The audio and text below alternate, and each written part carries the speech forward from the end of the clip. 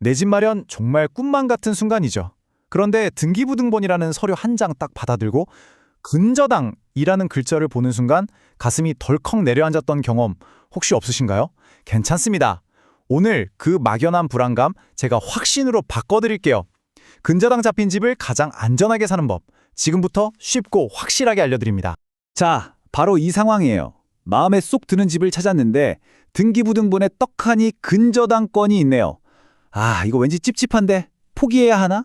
결론부터 딱 말씀드리면요. 절대 그럴 필요 없습니다. 오히려 이 개념만 제대로 알면 남들이 망설일 때 좋은 기회를 잡을 수도 있어요. 그럼 한번 제대로 파헤쳐보죠. 이 근저당권이라는 것만 정확히 이해해도 부동산 거래에서 절반은 먹고 들어가는 겁니다. 안전한 내 집 마련을 위한 첫 번째 관문, 지금 바로 시작합니다. 근저당권, 말이 좀 어렵죠? 아주 쉽게 말해서요. 집주인이 이 집을 담보로 은행에서 돈을 빌렸다는 공식적인 꼬리표 같은 거예요. 이건 굉장히 흔한 일이고요. 여기서 우리가 주목해야 할 단어는 바로 채권 최고액입니다. 이게 뭐냐면 실제 빚이 아니에요. 혹시 모를 상황에 대비해서 은행이 최대 이만큼까지는 우리가 받아낼 권리가 있다라고 설정해 놓은 일종의 바운더리, 안전장치인 거죠. 자, 이 그래프를 보시면 확 와 닿으실 거예요. 등기부등본의 채권 최고액이 6억 5천만 원이라고 찍혀 있다고 해서 와, 이 집 빚이 6억 5천이나 돼? 하고 놀라실 필요가 전혀 없다는 겁니다. 실제 대출 원금은 5억일 수 있거든요. 보통 은행들이 연체 이자나 처리 비용까지 생각해서 실제 빌려준 돈의 120%에서 130% 정도로 넉넉하게 잡아놓는 게 일반적이에요. 그러니까 이 숫자에 절대 겁먹지 마세요. 하지만 바로 이 실제 빚과 채권 최고액 사이의 차액 때문에 우리가 모르는 위험이 숨어 있을 수 있습니다. 자, 이제부터는 조금 더 집중하셔야 합니다. 우리가 정말 조심해야 할 숨은 빚이라는 함정이 뭔지 그 실체를 보여드릴게요.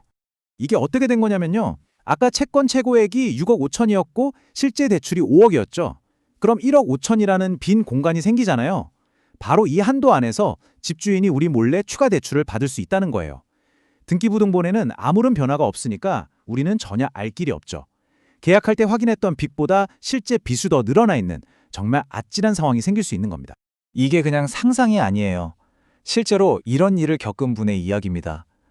계약할 땐 분명히 빚이 5억이라고 들었는데 잔금을 다 치르고 나서야 숨겨진 추가 대출 5천만 원이 있다는 걸 알게 된 거죠.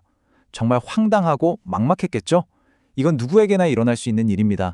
자, 그럼 이 무서운 함정에서 어떻게 우리를 지킬 수 있을까요? 이제 문제점에서 해결책으로 넘어가 보죠. 여러분이 가질 수 있는 가장 강력하고 확실한 무기는 바로 계약서입니다. 계약서에 마법 같은 딱 한 줄만 제대로 넣으면 이런 모든 위험을 원천적으로 차단할 수 있습니다. 바로 이 문구입니다. 이건 그냥 화면을 캡처해 두시거나 아예 외워두시는 걸 추천합니다. 잔금 지급과 동시에 근저당권을 말소한다. 이게 핵심이에요. 이 특약은 매도인에게 잔금 받으면 딴짓하지 말고 무조건 빚부터 갚아라 라는 법적인 의무를 지우는 거고요. 만약 약속을 어기면 계약을 없던 일로 하고 위약금까지 물어내게 만드는 아주 강력한 조항입니다. 법적으로 이걸 동시이행 관계라고 부르는데요. 말이 좀 어렵죠? 근데 이 그림을 보시면 바로 이해가 되실 거예요. 저울의 양쪽처럼 우리가 잔금을 치르는 의무와 매도인이 빚을 깨끗하게 없애는 의무는 정확히 똑같은 무게를 가져요. 그래서 반드시 동시에 이행되어야 하는 거죠. 누가 먼저랄 게 없는 거예요. 바로 앞에서 본 계약서 특약이 이 원칙을 법적으로 확실하게 보장해 주는 겁니다. 자, 법적인 안전장치까지 완벽하게 챙겼습니다. 이제 가장 중요한 실전으로 가볼까요? 계약서에 특약 넣었다고 안심하고 끝내면 안 됩니다. 잔금일 당일 딱 몇 가지만 기억하고 행동하면 내 소중한 돈을 100% 아니 200% 안전하게 지킬 수 있습니다. 그 구체적인 절차를 지금부터 보여드릴게요.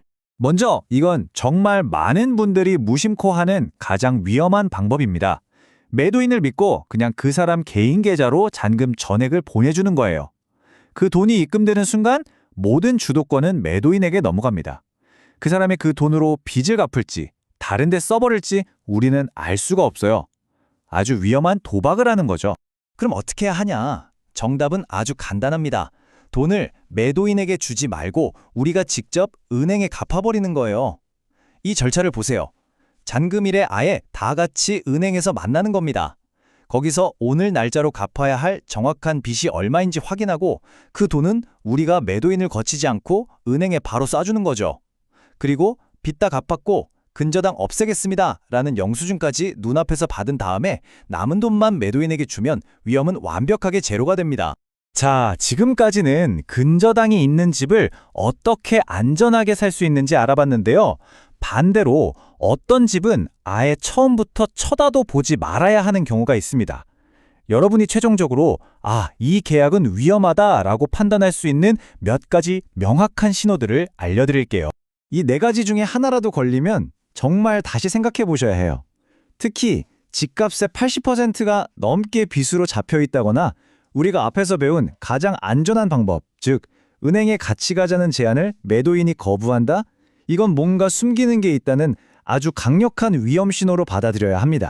오늘 이야기의 가장 중요한 핵심, 딱 한 문장으로 정리해 드릴게요. 집에 근저당이 있다는 사실 자체는 전혀 문제가 아니에요. 사실 서울 아파트 절반 이상의 근저당이 있습니다. 진짜 문제는 그 빚을 투명하고 안전한 절차에 따라 처리하려는 의지가 없는 매도인의 태도입니다. 그 태도가 바로 진짜 문제입니다. 이제 여러분은 등기부등본에 찍힌 근저당권이라는 글자 앞에서 더 이상 쩔쩔맬 필요가 없습니다. 오늘 배운 내용만 확실히 기억하시면 어떤 위험이 있는지 정확히 분석하고 내 권리를 당당하게 지키면서 꿈에 그리던 내 집을 안전하게 손에 넣으실 수 있을 거예요. 여러분은 이제 충분히 그럴 힘을 갖추셨습니다.